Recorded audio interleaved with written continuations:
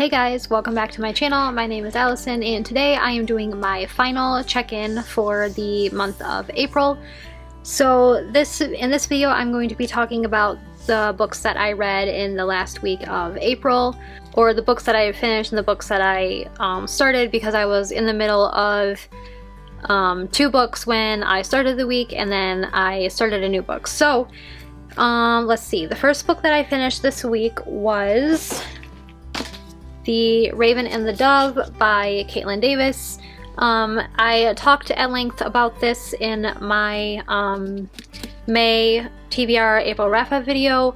I ended up giving it 3 stars, which is a whole star lower than I originally gave it the first time I read it, but the reason is just because it was a reread and it's also YA fantasy, so there's not a lot of, like, I didn't uncover anything new in the plot. You know, like sometimes when you go back to books and you reread them, you discover things that you missed the first time, and that just did not happen in this book, and I didn't really expect it to.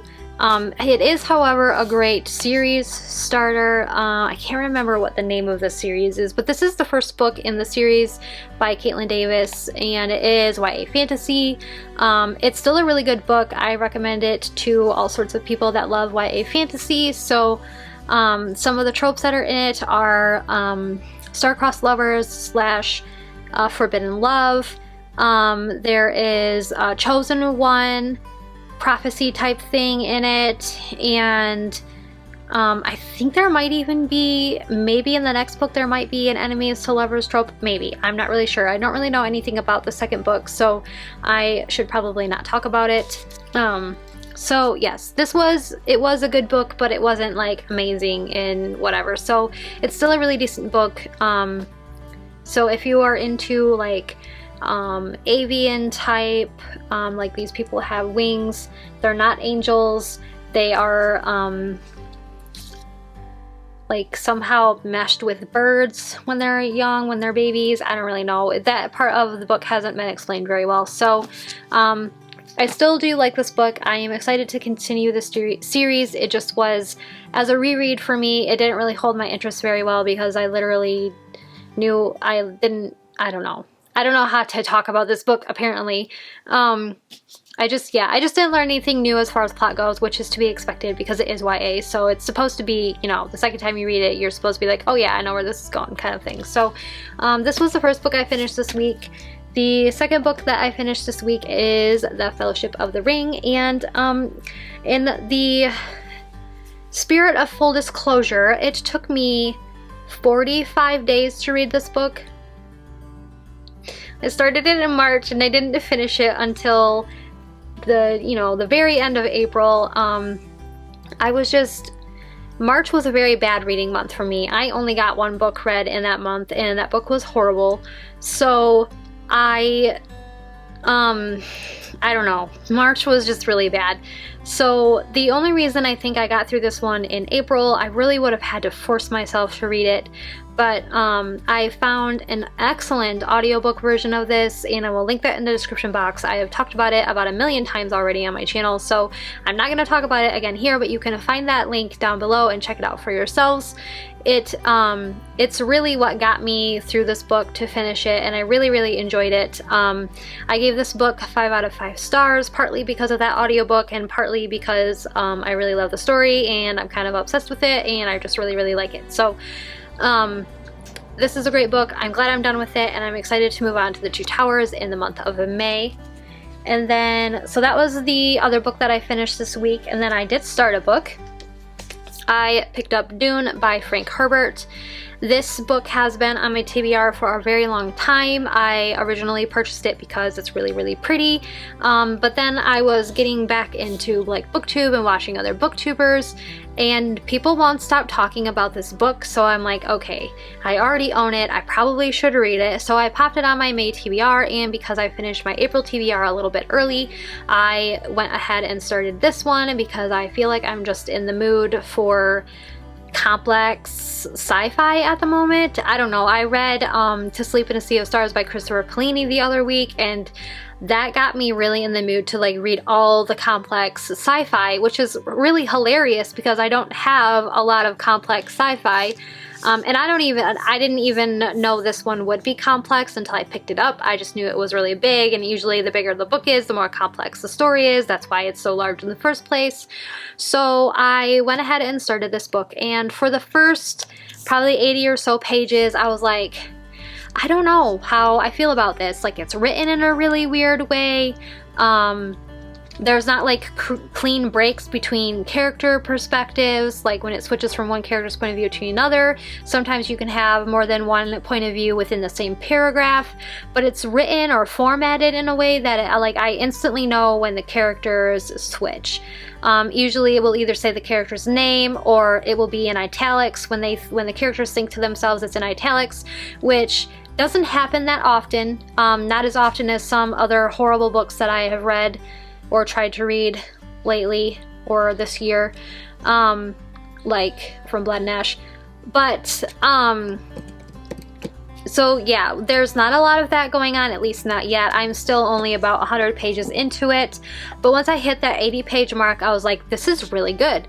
Like, I'm actually enjoying this. I'm tracking where the story is going. I'm starting to recognize who these characters are, because at first I was completely lost. I was like, okay, I know the main character's name is Paul, and his mom is named Jessica, and his dad is somebody.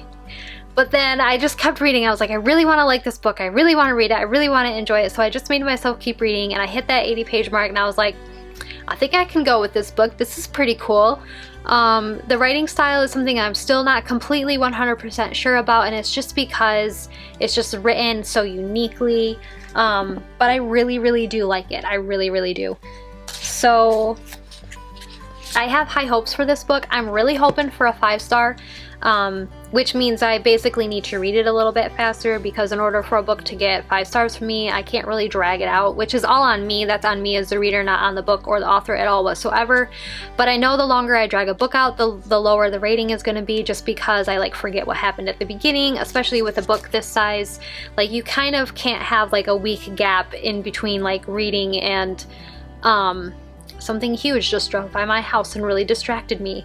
I think it was a part of a turbine or something, but it's really, really big.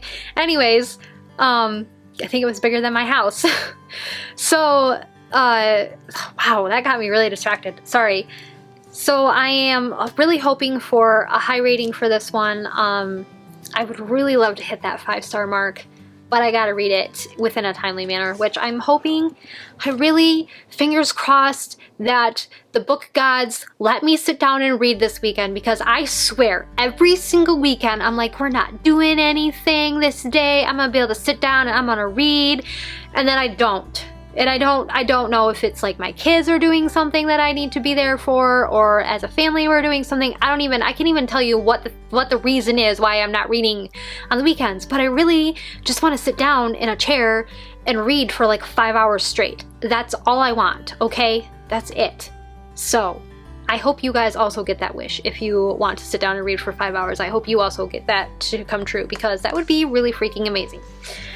So that is basically it for the books that I finished and started. I'm actually going to do something a little different. I have been trying to avoid like doing too many unboxings on my channel, just because I don't want my channel to turn into an unboxing channel, and I really don't buy that much stuff. This year for me, 2021, is a year of not buying a bunch of book merch, which is something that I have been extremely guilty of in the past. It's just been, I got to the point where I was like, this is just enough. I don't need any more stuff. This first one I'm going to show you is the Blissfully Bookish Novel Threads pin subscription, and let's see. So basically what it is every month you get a enamel pin that is based off of a literary outfit, and it has not always been dresses, but the majority of the pins have been gowns and stuff of characters from, ooh, this is really pretty, oh my goodness, from books. And this one is from the Serpent and Dove series. This is really, really pretty, guys. Okay, so this is the pin. Look at that. It's probably not even showing up that good on camera. So pretty. Oh my goodness. So the sleeves of this dress are like transparent and parts of the dress are transparent. Yeah, I need to take this off the backing so you guys can see what it actually looks like. So this is based off of a dress that the main character from the Serpent and Dove Serpent and Dove series wore in the second novel.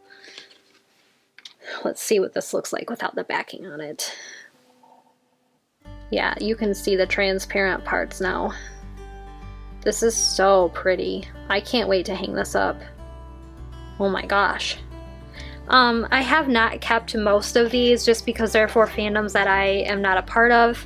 And that is totally fine. I still keep the subscription because I am waiting for them to have a specific outfit, and I'm going to be really upset if they don't, because it's just not going to make me very happy. So I can't. This was for the month of March, I think. I can't remember if this was for March or April, but it's really, really pretty. I'm definitely going to keep this one. I actually really like the Serpent and Dove series, so I'm going to be keeping this pin. And I will link that below. I'm pretty sure there's still a wait list for these pins, the subscription, but sometimes the owner of the shop also does like seconds sales or like extras. If there are extras from their order, you can get them. So if you want that pin, there's a pretty high chance you'll be able to get it at some point in time. Maybe not anytime soon, but at some point you will be able to get it. So I'm going to clean up my area just a bit so I have room for this box. So this is the April Fairyloot box, I think. They're a little bit behind on shipping. So I think this is the April box. I will know once I open it. But we're gonna go ahead and pop that open. Ouch. And yeah, this is April. And I think the theme is like hidden identities or something like that. So this is what it looks like when you open it. The first thing we have is our, ooh, that looks pretty. Look at me, I'm already distracted. Imagine that. The first thing we have is our spoiler card, which I will wait to read until the end.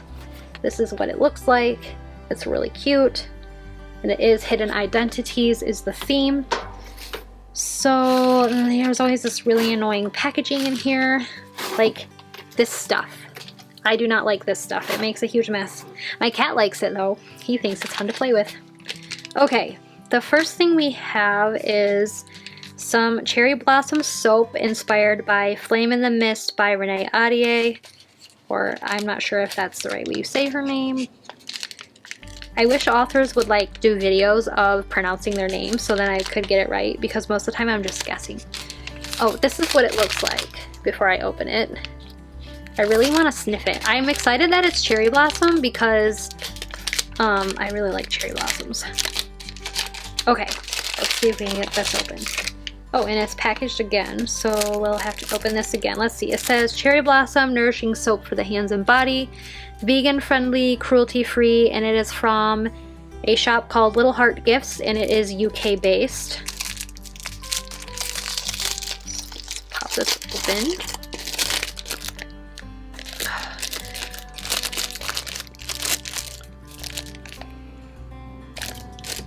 I've never actually smelled a cherry blossom, so I don't know what it's supposed to smell like, but it's a very light floral scent. So that is the first item. Well, I don't know if it's the first item, it's just the first one I pulled out. Next we have, it looks like a, that's really loud, a tote bag. It is, and yep, this is going to be one of those things I'm not keeping. It's a tote bag from the from Blood and Ash series by Jennifer L. Armentrout, which I tried reading the first book and I thought it was absolutely horrendous, so I did not continue reading it, so that is something I will not be keeping. All the Blood and Ash fans are going to be like, oh my gosh, why are you selling that? I mean, like, well, because I don't really like it all that much. So this is the next thing. I am thinking it is going to have a pin inside of it. It does, and Oh, this is cute. Okay, so this is a pin from the Daevabad trilogy by S.A. Chakraborty, the City of Brass, the Kingdom of Copper, and the Empire of Gold. And it says, greatness takes time. So cute. I really liked that series. So if any of y'all have a hardcover of the City of Brass from the UK, I really would take that off your hands because I'm missing it. I have the second one and the third book in hardcover from the UK, but not the first one, because by the time I found them, they were, not in print anymore, which is really sad. I don't understand why the UK doesn't keep hardcovers in print anymore. Okay, next we have our tarot cards, which is the Seven of Wands and the Eight of Wands, and they are of, if I can say these characters' names right. I can't because I don't remember. Let me look at the spoiler card. Anyways, those are very pretty. It just says they're inspired by Serpent and Dove. I knew that. So, this is, I literally cannot remember these characters' names, but this is the main character, and then this is her love interest. I think they're actually married. But why can't I remember their names? Oh my gosh. I feel horrible, but these are really pretty. I actually really like the Fairyloot tarot cards, so I'll be keeping those as well. Whoa, what are these? Some foil bookmarks. These are pretty. I don't know what fandoms they're from, but holy wowza. Okay, so here's this one. And they're foily. I will read who these are in just a minute. I think this one is gonna be from An Ember in the Ashes. Pretty sure. Look at that foil though. That is really pretty. And then this is the last one. I really like this one. I'm not sure what that one is for either, but I really like it. Okay. And then it looks like we have some bookends. I'm not sure what these are based off of, but they're metal, gold metal. They have a really pretty design on them. I don't remember. These are really cool. They're super heavy duty. I wonder if these are for Lord of the Rings. Maybe. I really like them though. I always need pretty bookends on my bookshelves. And then I think the last thing in here is the book of the month, which I don't remember what it was. Maybe I do. I can't remember. We'll find out. Oh wow. It's really pretty. So inside the bag that the book comes in, it always comes in one of these drawstring bags to protect it. And there is the monthly bookmark, which I usually like to keep these because it has the artwork on it from the month. And it looks like we have an author letter. This is the author letter. And then on the reverse there is character art from the book. And then you always get a fairy scoop that talks about the book and all of that fun stuff. And this is really pretty. Okay, so this is the cover. I want to say the original was green and silver, but this one is purple and gold. And it has some really shockingly bright purple end pages. Look at that. I really like this. This is really cool. Let's see. And it does have, oh, wow! Okay, guys, holy goodness. This is a gorgeous book. Okay, this is what the cover looks like underneath the dust jacket. Look at that. I hope this is good because I want to keep it really bad. Oh my goodness, that is gorgeousness. Wow. And it is signed. These are always signed. Wowza. Oh, this book is dedicated to Sarah J. Maas. It says, thank you for being so generous with your friendship, support, and encouragement, but mostly thank you for believing in me, even and especially when I didn't. And it has a map. I am already really liking this book a lot, but oh my goodness. Oh my goodness. And then this is the same beautiful pink. Wow. Okay. I'm gonna show you the art on the reverse of the dust jacket here. Let's see. Okay, let's see if I can show you this. look at how pretty this is. And I'll tell you all the important information in just a second. So pretty. Okay, this book is called, I don't even think I told you the title. This book is called The Prison Healer, and it is by Lynette Noni. Get this cover back on here. This is a stinking gorgeous book. I cannot get over it. And I'm not gonna read a synopsis. I will just read like the, gosh, why can't I do this? Like the blurb on the top here. It says, here at Zalendove, the only person you can trust is yourself. That's all I'm gonna say because that's all I like to know before So my video 100% got interrupted. My card ran out of space on my camera, so that's super fun. I was in the middle of talking about this book. I do see there's one more thing on the bottom of this box here that I think is another part of the, I think it's part of the box and not part of the book. It's just a really pretty foil print. I have no idea what fandom it's for, but I'm going to grab that spoiler card and go through everything. So the first thing we had was, where did it, oh, the metal bookmarks, and I was right. So these are the metal bookends, not bookmarks. It says the first item in this box is one that we have never included before, and we have been so excited for everyone to see it. The metal bookends are inspired by The Lord of the Rings by J.R.R. Tolkien and are designed by the incredible Jez Hawk at Jez Hawk. So that would be an Instagram profile, and these are super pretty. I'm totally gonna use them to put my Lord of the Rings books on my bookshelves with.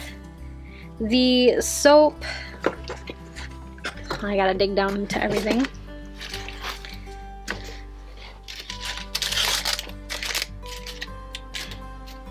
The soap, the Cherry Blossom soap, says scented handmade soap by Little Heart Gifts is inspired by The Flame in the Mist by Renee Ahdieh. The white and pink swirls and scent are reminiscent of sakura flowers or cherry blossoms. The next thing is this tote bag. It says, you can never have too many tote bags. We've included this beautiful tote bag inspired by the Blood and Ash series by Jennifer L. Armentrout. With artwork by the one and only at Ars28, and that's another Instagram profile. This is really beautiful. The artwork is stunning. I just hated the book, so there's that little bit.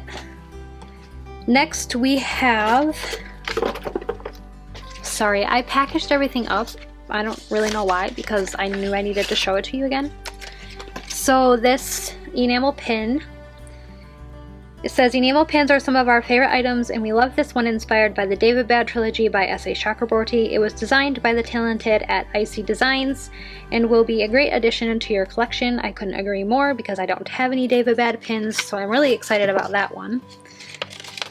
The next thing are those foiled bookmarks. Let me grab those out really quick. If I can get to them again. There they are. Okay. So let's see. Bookmarks are every bookworm's best friend. And what is better than a bookmark? A set of foiled bookmarks. These bookmarks are inspired by The Poppy War by R.F. Kuang, Blood Air by Emily Wen Zhao, and An Ember in the Ashes by Saba Tahir, and feature artwork by Talia Noble, which I really like her art style. I think this one is the Ember in the Ashes one. This one I'm going to assume is Blood Air because this girl is covered in blood, and I have not read that one. And then this one is the Poppy War inspired one, which I am actually going to keep because I have the Poppy War on my TBR, and it would be really fun to have a bookmark that goes with it. So that's exciting. Next we have the tarot cards I already talked about, and it doesn't say the characters' names, so I can't help you on that one. And then, let's see, the book. The Prison Healer by Lynette Noni. It's a dark fantasy filled with unforgettable characters, intrigue, magic, and a dash of swoon-worthy romance. This Fairyloot edition comes with an exclusive cover, sprayed and stenciled edges, artwork on the reverse of the dust jacket by Alice Marie Power, foil embossing on the front by Talia Noble, bonus content in the back of the book, and is signed by the author.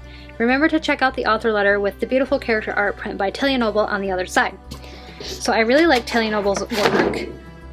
That was really loud, sorry.